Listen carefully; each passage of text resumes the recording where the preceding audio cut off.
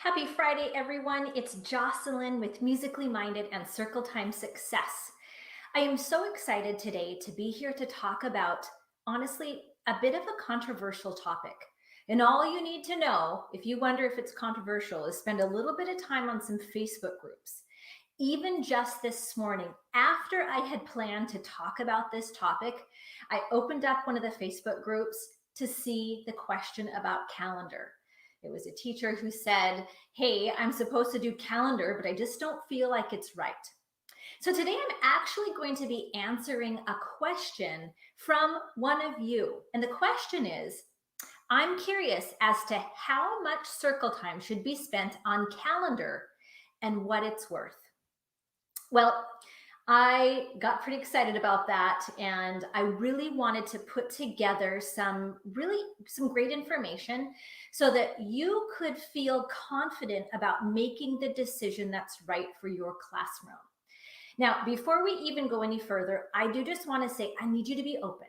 Okay. If at the end of this talk today, you walk away saying, "Jocelyn, I think you're crazy. My kids absolutely love calendar. It's one of their favorite parts of the day," you get to do that. But if you're open to the idea that maybe there is a different way, just think about all the possibilities. So, open mind, here we go. All right. So, here's the thing. Calendar, the traditional way that you see in many schools, many preschools, is, we've got just like the calendar that you have in your kitchen or on your phone. 7 days across, Monday, Tuesday, Wednesday, first, second, third, fourth, whatnot. The problem with that is that children do not developmentally understand those units of time. So they don't understand what it means if I said, "An hour ago, I had breakfast. Yesterday, I went to the store. In 2 weeks, we're going to go on a trip." They don't understand those units of time. And one of the big reasons why they don't is they haven't had enough experience with time, with events. They're young, they're still young. And so, because of that, we need to put it in a frame of reference that they understand. So, if we go back to the traditional circle time, calendar time, what it's looking like is, what's the date today? And as a chorus, the kids will say that today is February 2nd, 2020. Who knows what happened on February 2nd, 2020? And the problem with that is they are simply repeating you. If you say today is Thursday, tomorrow is Friday, and yesterday is Wednesday, if they say that with you, they're repeating you. And the problem with that is it looks really good, but they're not understanding it. Same goes with the days of the week. Now, I have a days of the week song. I mean, I like to teach kids the names of those days, the vocabulary, but it's a lot like knowing the alphabet song. So let's just take that for a minute. You might see a 2-year-old that knows A, B, C, D, E, F, G, H, I, J, K, L, M, N, O, P, and of course, L, M, N, O, of course. Now, just because they know the letters of the alphabet and they can say them, do they understand how to use the letters? At 2 years old, well, rarely. The answer would be no. They do not understand how to use those. Well, the same thing comes when they know the days of the week, or they can sing the days of the week. Oh, they might love the song and they might sing along with you, but do they understand what those days of the week mean? And again, we go back to they are not developmentally able to understand time in the way that we understand time. Research says it does not occur till first to second grade. And because of that, we need to meet them where they're at and get them to the point where they're able to understand time as we know it. But it can't just be the drill and kill. It cannot just be, all right, today we're doing the calendar. Let's go over the number. Let's go over the dates. The first, the second, the third, the fourth, the fifth. All right, today is June 5th. That only gets them bored, you frustrated, them not wanting to sit, and we lose the opportunity to actually teach something that's beneficial. So instead, what we want to do is find out where they're at and take them where we want them to go during a time that actually makes sense for them. So what they do understand are really times that make sense. So let's go back and figure out something. My birthday was yesterday. Well, to them, that means my birthday was in the past. It doesn't mean my birthday was yesterday. So I'm going to sleep over at my friend's house tomorrow. That doesn't mean tomorrow as we know it. But these are times in the day that have meaning to them. So instead of, I want you to have that be at 9 o'clock, we're going to do this. It's events, it's tangible events. So you might see a calendar or a schedule for the day in classrooms where it's a picture schedule and it's snack. And you might have a picture of a snack and then the word snack. And then after snack, it's outside time. And you might have a picture of outside time. You see, these events are concrete and they can be understood. So what I want you to do is to recognize we're talking about concrete events versus abstract time. So when you're sitting there, or any teacher that you happen to see doing this, and they're continually going over the calendar again and again and again, it's a lot like teaching a baby to walk and expecting them to walk at 9 months old because, I don't know, I think there's kids that walk at 9 months old. Mine didn't. And then being frustrated because they didn't. But developmentally, they can't. So today, I want to tell you, you are okay. You are right. If you think that calendar is not developmentally appropriate, you know it's correct because they cannot understand units of time in the way that the traditional calendar does it. Now, I have an article linked in the post because it sometimes happens that people need more information. So if you have an administrator or maybe even a parent that comes to you and says, where's the calendar in your room? I want you to have that information. I want you to be able to go to it. And if it's that article, you send that article to them. If it's you reading the article and getting a deeper understanding of why you are not doing calendar, then that would be a great reason why. Now, if calendar is still supposed to be happening in your classroom, I want to tell you that there's another one called the linear calendar, and that's more understanding for kids. So instead of, for us having that calendar and we look at it and it's the 7 days across, the linear calendar is a straight line of events. You can also have the numbers underneath, the first, the second, the third. But underneath the number, put events that are occurring. So maybe on the first, if that's the birthday of one of the kiddos in your classroom, put a birthday cake underneath that. There's really great on Teachers Pay Teachers. You can go in and find linear calendar printables, so you don't have to do all the work. You can get those dates, get them across there, help them work on those number recognitions and counting and sequencing, but then also timestamp it with meaningful events. All right, so my next reason why calendar time is not beneficial is because often it's teacher-led. And when it's teacher-led, it is, you guessed it, boring and not meaningful.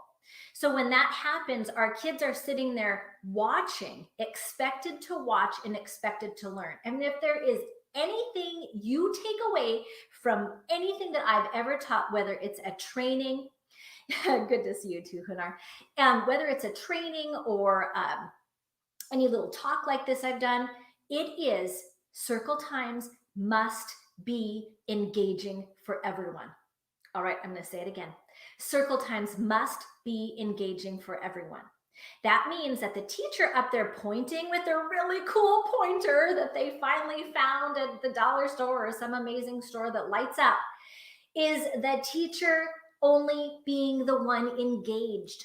And if we want to have learning stick, we need it to be engaging and meaningful. And even if you have a calendar person for the day and they get to be the one that's pointing, now that's the learner. That's the one who's doing all the work. So instead, I want you to say to yourself, are all of my activities at circle time engaging everyone? Is everyone getting something to do? And so I want you to analyze it. And oftentimes traditional calendar means either the teacher is doing something, all the work, or maybe one other person is doing it. Now you might say, well, Jocelyn, we count the days together, we say the words together, but the problem is all you're doing is rote learning. It's repetition, and that does not stick. I want you to make the most of the time that you have with your children.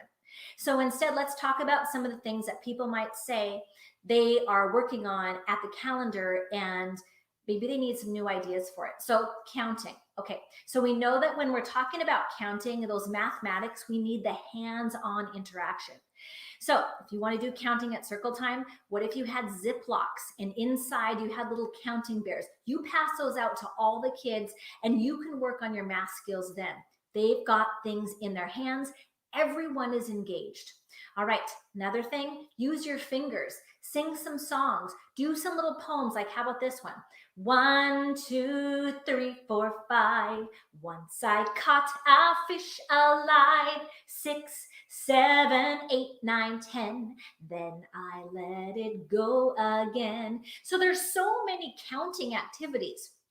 Now let's talk about patterns.